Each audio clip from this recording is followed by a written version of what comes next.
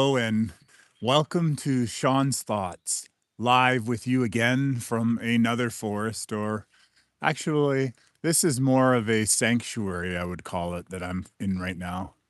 And what I mean by that is that, you know, this area exists that I'm sitting in right now, and I'm going to essentially move in front of the camera momentarily. Of course, want to capture my first 3 minutes in this extraordinary rain sanctuary immersed within, well, a city, or as I often like to say, the place that I live is more of a supersized town. And so, where I'm sharing this information or this energy with you right now is in a sanctuary of wilderness that's immersed in between so many condos and business, quite close to a highway, a main highway that's been here for a very long time called Low Heat Highway. And yet it has proven itself to be, as I said, a sanctuary, not just for wilderness, but also for those people who would choose to step away from living within the system. And so today I'm joined by many other energies of people, that have come through here, leaving marks of their uh, dissatisfaction or whatever of society. There's burnt trees and you know garbage and littered and stuff, and yet you can feel a lot of the energy of these people who have passed through here, who have perhaps slept here in different parts of this forest retreat of solitude amongst a essentially a growing city that's expanded beyond its label of as a town.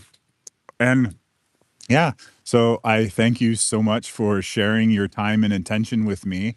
Even if you're watching this video a year or 2 years from now, or perhaps you recognize the area that I'm filming in. Actually, the interesting thing about this particular podcast today is I'm returning to the place where I had, for my first time on YouTube, stepped in front of the camera. And although it was a interesting experience, and of course it was a lot more warm than today is, it definitely was a pivotal step to get me to where I am going and where I have been. And so, yeah, officially, I'd love to say welcome to Sean's Thoughts. And I'm gonna get up here and step into the frame. Hi, how you doing? My name's Shawn, and welcome to my podcast. This is a podcast essentially where I share some of my innermost thoughts, realizing that all of our thoughts perhaps have already been shared, to the point that often I get these ideas that float around me or that come to me. Like yesterday, for example, I had several different ideas coming to me as if, they were all thoughts that wanted to be manifested into form. And so yesterday, I actually completed 3 podcasts. And prior to actually just, turning on the camera and going live, I had thumbnails and ideas of things that I wanted to say. And actually, today, I've even had we'll call it a larger evolution towards what I was going to do, because not only was I able to imagine a thumbnail and imagine a topic, I actually went on to YouTube and I created this whole entire metadata within this particular video that you're watching right now. And the only thing that differs perhaps is that I intended to begin at 111, so 111. So, I love repeating numbers because for me, they've been one, example or symbol of that I'm on the right track. And so today I've decided, due to my scheduling, that I would drop by a little bit early. So I apologize if you're getting on here later, realizing that the podcast has already been done. Nonetheless, I trust in, all of the divine timing and all of the reasons why everything happens the way that it does happen. For instance, well, forget the instance. Let's just get right into what I wanted to talk about, because, you know, one of the ideas that I did have come to me was this exact idea that I'm going to be sharing with you today. And it's essentially a reframing of perhaps perspectives that some people may or may not hold. And it's the idea that we have, or the belief perhaps, that our world has, been progressing over the course of the last 150 years. And, truly, when you examine things, you can see the possibilities of perspectives from many different angles and many different, perspectives, or perceptions, more importantly. Because, well, there has been so many different, modern evolutions or leaps and bounds forward. Like, for instance, going to the moon in the 60s, where JFK stood up boldly and said that, he was going to send people to the moon before the Soviets, and they got into that whole space race. And then you can also look at things such as, in the 1980 something or other, I was in grade 7, and or was it grade 7? Well, anyways, in the 19 somethings, I was in grade 7, and in my class, we got a Commodore computer, an Apple computer, one of the original ones, and, we began utilizing it and playing games mostly on it, but yet we were able to, be exposed to that technical evolution.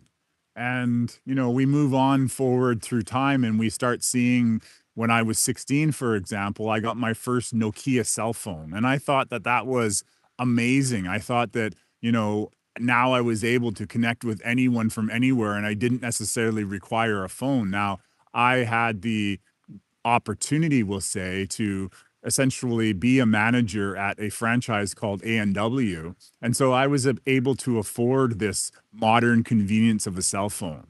And people were able to get a hold of me wherever I was. And soon after that, the government had made an announcement that one day coming soon, the whole world, everyone in the world would have a cell phone. And now, lo and behold, we not only have a cell phone, but we have these supercomputers that I'm streaming live right now in a forest in the middle of, yes, a city, but nonetheless, I have the ability to connect and communicate with people all over the world, from Bangladesh and India all the way to the alligators of the Amazon and the cheetahs of Africa. So wherever you are, hello, how you doing? My name is Shawn, and thank you so much for sharing your time and intention with me. And as I said, this could be a video that you're watching years later, because quite honestly, my thoughts remain my thoughts. And although they may change and, morph into something different through my allowing for myself to essentially add more information to what I, have previously had, the information is still somewhat always relevant regardless. Some people say timeless.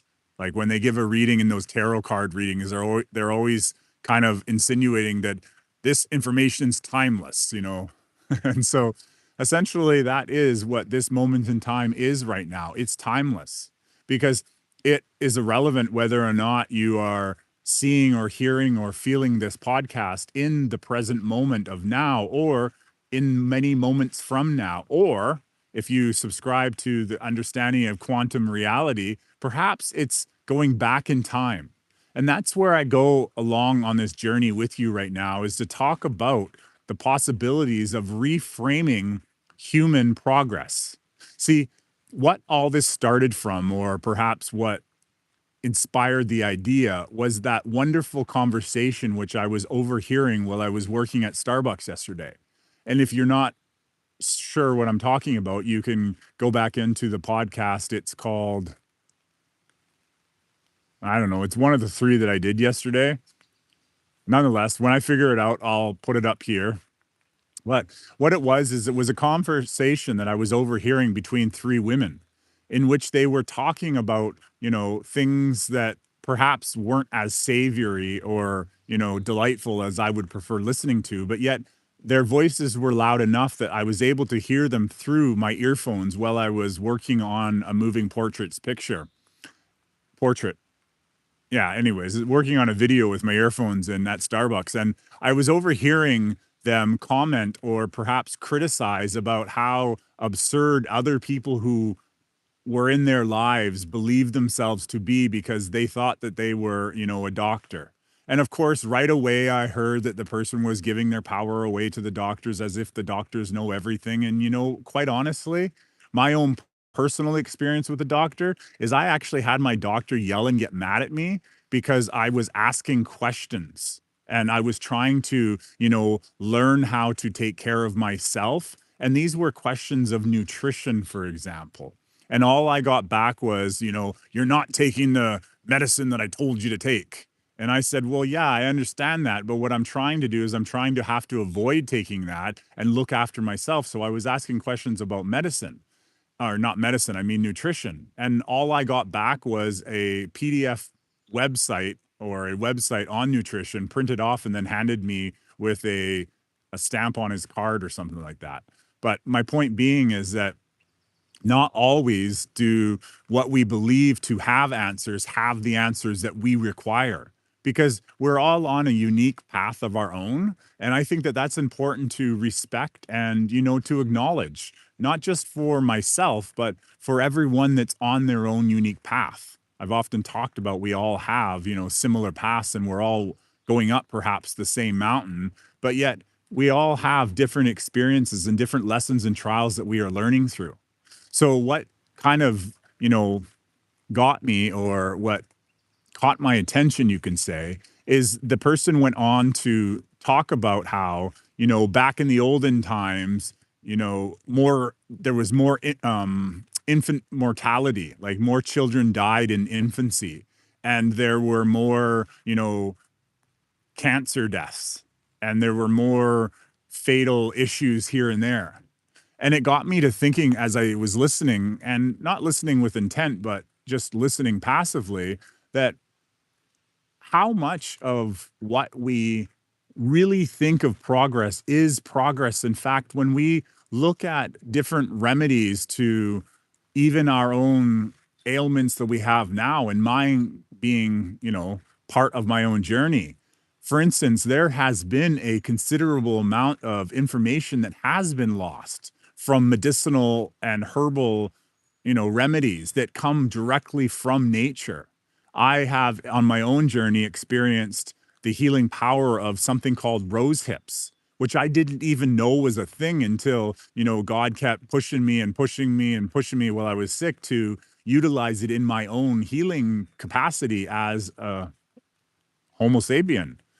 And rose hips is actually the fruit part of a rose plant that's just beyond the petal. And this particular part of the plant has an amazing amount of vitamin C, so bioavailable that it exceeds a lot of the synthetic stuff that you find in, your local pharmacy.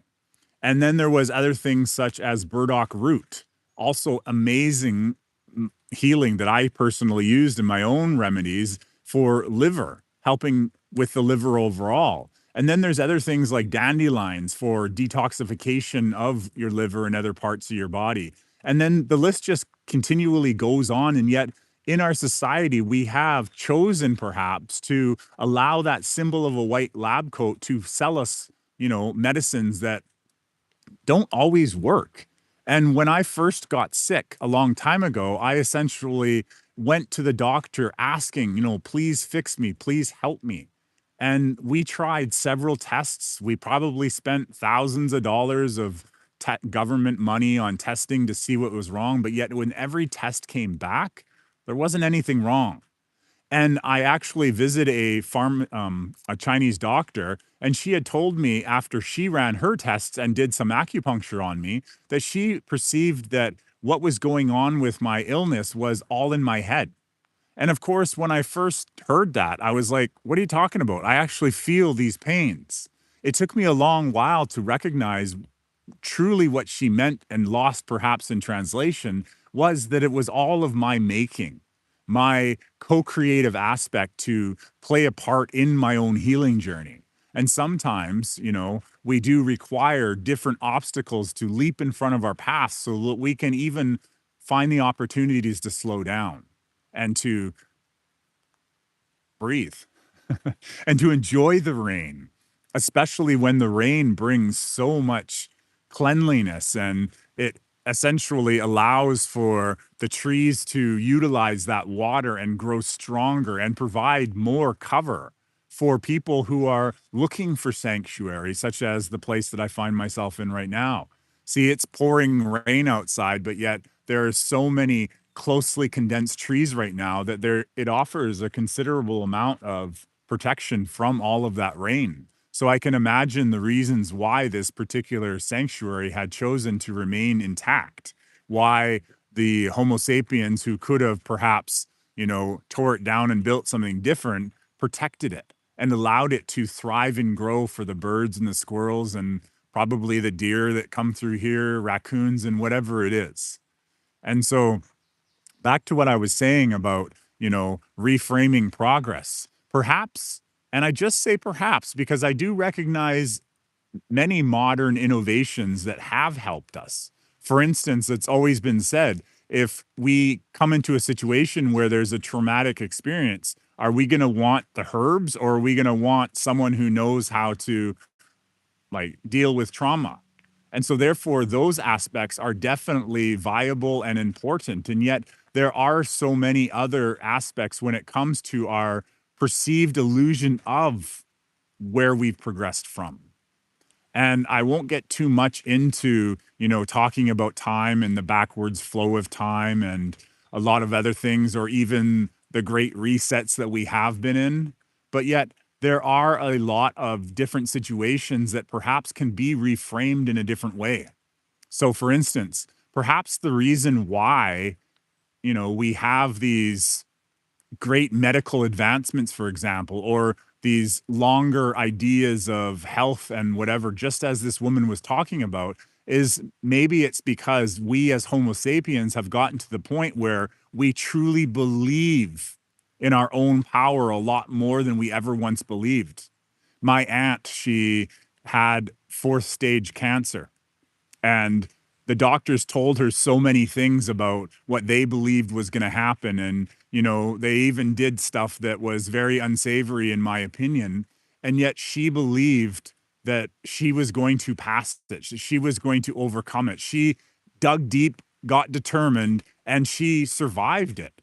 Regardless of her past circumstances, she, with her belief and the idea perhaps that, they kind of dumb it down by calling it the placebo effect, but she took her own healing into her own hands and she pushed forward. And that belief was fueled by people like me and my sister who have a different understanding of the potential of our abilities as Homo sapiens. And empowered by that, as well as some of her previous experience and insights, she was able to be more than what she was told she had the ability to be. From what I understood, the doctors simply gave up on her, but she didn't give up on herself, nor did I give up on her. I, drove over there and I spent time by her bedside when she wasn't even able to get out of bed. And I apologize, Auntie, if you're listening to this and, you're upset that I'm talking about this, but you were an inspiration and you are an inspiration. And, there are a lot of other people who have decided that they weren't going to succumb to whatever prognosis or diagnosis that these white lab coats had told them. So perhaps what's actually been, or perhaps perceived by some, and myself included, is that we have gotten to the point where we believe in ourselves more and we believe less in those structured systems that limited our ability to reach beyond the known into an area where, maybe once upon a time, all of this stuff was more abundant. So, for instance, in my research onto the, you know, plant medicines that the native Indians across North America, the Aboriginal people of Caucasia, as well as, even Chinese medicine, is that we have within our grasp already several methods of helping ourselves. And so, is it progress to be more dependent upon or believe that someone else has the answers? Or is it progress to recognize, wake up, and realize through some sort of awakening that we hold within our own grasp essentially the plants and the practices, including meditation, calmness, stillness, even singing and dancing could be considered part of a healing modality, Do we therefore allow us to be limited by what we were told to believe through a system that essentially benefited off of, the consumerism and, don't necessarily change your life habits, but take this drug because it'll allow you to belch a little bit more or a little bit less. And, if something happens to it and there's side effects, well, we'll deal with that later. But you can keep eating the food that, your body keeps telling you, don't give to me. And there's other things as well. It's not just that as human progress. It's, when I look back and I discover that there was a battery that found in Iraq from like 3,000 years ago, and it's very similar to the ideas of batteries nowadays. Have things really progressed when that technology has been shown to exist? I visited a town called Moose Jaw in Canada, and underneath this city, a series of tunnels which essentially went underneath the entire town. And when I mean tunnels, I don't mean getting on your hind legs and crawling or anything. I mean actual full height 6, 8 foot tunnels where you can easily walk around. And these tunnels essentially traverse the entire underground of this town called Moose Jaw. I've talked about it before, and one day I'm going to do a journeys video on it. And maybe if I have it done in the future, I'll link it up here. But nonetheless, sorry, there's a black fly that's affecting me. This particular town, when I did the tour underneath the town, they talked a little bit about the geothermic energy that had essentially came off of a nearby hot springs. And while the hot springs was being utilized to create this exclusive spa, the actual heat from that whole system is what essentially came through the bottom of this town, and it allowed for, underground heating which could be essentially, or as I imagine it to be, sent up into all of these buildings, because these tunnels that they claim were for the purposes of Al Capone or Chinese slave labor at the local laundry, or that they were used during World War II, because I don't know why. Why would Canada and the Alberta never had any issues with being in the war? Anyways, so coming back to that, they were utilized for the purpose of heating the town, in my perspective. And this was a lost technology, perhaps. And should we continue to utilize this type of thermal energy, we could reduce the requirements on so many other different things. And we move into other things such as, like 10 years ago, I believe, I watched this video about this family or this inventor who was creating these tiles that could essentially be on the road, and they would wirelessly charge the cars that drove on them. And even when you drive a car, you create momentum with the wheels, and that even that technology could be used to power a battery, for example. Kind of like if you get in the idea of, Scooby Doo and Shaggy on a bicycle that's stationary and they're powering a generator or a battery on a generator. Go back to Iraq having that battery all those centuries ago, and they could essentially create electricity, therefore sustainably live without having to be connected to a hydro dam or even solar power. And so, have we truly progressed as far as we believe? Or have we been limited by systems that would choose to keep us limited, to keep us suppressed so that we couldn't reach for the stars? So that we'd have to rely on local communities where, as I said, I'm living in a supersized town that has a lot of space, and yet they've demolished a large part of the mountain hillside over in Silver Valley, adding these gigantic houses. Yet in the central area of this town, they're compacting us with condos that, when I moved to Maple Ridge originally, I was looking at purchasing or even renting a condo in a rather new building. And I was blown away by the square footage. It was like less than 800 square feet. And it was a one bedroom that claimed it had a queen size bed. But as I walked into the bedroom, a 60 inches by 80 inches mattress essentially took up most of the bedroom. You could have probably squeezed half a nightstand in there, and, you skirted your way around the bed, but that was what was being touted as a new apartment or a new condo. And even since then, the condos have gotten more boxier, less windows, more reliant on, air conditioning.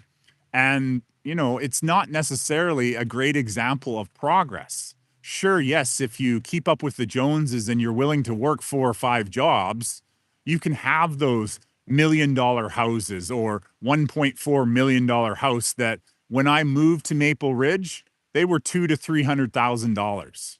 So once again, is this a really good example of, progress? And this is just up for debate and discussion and allowing that discussion to turn into conversation without villainizing or even attacking anyone. Because I believe truly in the concept of open discussion and allowing ideas to flow and not allowing one group over another or one secret society over another to decide what's best for everyone when we are all a village of smurfs and we all have our own unique ideas and aspects. And that's what this podcast Sean's Thoughts is all about. It's about sharing the thoughts that I have in an environment that if people choose to listen, more power to them. If people choose not to listen, doesn't really matter. And that's been one challenge for me is because when I first created this, I wanted everyone to listen. I wanted this to be my source of, income, my income stream in order to, live the life that I would choose to live.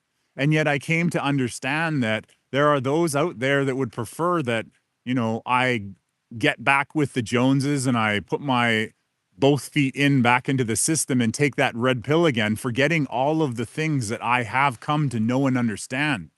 But when I see everything that I have personally understood, when I did my own research on when the Chinese came to North America to help build this transcontinental railway through the Irons or through the Eagles Pass in British Columbia, when I saw that no matter how hard they worked, they never earned the respect that they truly deserved. How when the Japanese came to this exact area that I'm in, when the World War II happened, that they were all segregated and put into internment camps here as well. When I see all of, how we perhaps once treated people in the past through the concentration camps in Germany and, the segregation of the native people overall across Canada. And yet when I look back into the news that I see now, similar events are happening. They're just happening in a different way. They're just, slightly changing the narrative. The suppression of, for instance, the Aboriginal people that are in North America and the segregation or delineation between what we would call the Western people and the Aboriginal people, it still continues to exist. And even in my own journeys across China and Japan, I saw a lot of examples per se where yes, there was a giant LED screen across the streets of Tokyo, but yet I also saw my fellow students when I was going to Momoyama Daigaku. I saw them living in like bachelor suites which were essentially the size of that bedroom that I was talking about, and that included a bathroom that was covered around by a curtain. So have we really, truly, honestly progressed? Or has it been an actual, step back 10 foot only to, step forward 1 inch? Has it really been that much of a difference? I once saw these pictures of a telephone booth, or actually, there was a telephone booth that had an LED screen or some sort of TV screen that's more resemblant of a game called BioShock. If you haven't seen that game, I definitely encourage you to go look for illustrations because that is a fantastically drawn um, video game. And yet, in that video game, there were, as I said, images of, telephone screens that looked a lot more comparable to the 1920s. And I've seen images of that. Of course, they could have been AI generated, who knows? But it just leads me to the evolution or to the understanding, I mean, that perhaps the world hasn't overly excelled as we believed. Maybe there were, people or beings or situations on the planet where things were far different than I could ever have imagined.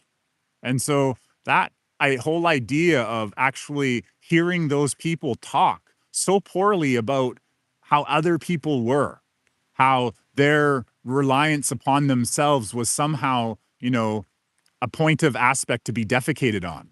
When in fact, people who, in my opinion and my faith, who love and who are essentially truth seeking, looking for the answers so they can be themselves sovereign beings without the requirement of a building or a book or, a white lab coat to tell them what to do, without the requirement to, get a deed, which is a lease, and then forever pay something just to live there. And then, of course, they don't necessarily own it if someone rolls through and wants to redevelop the area.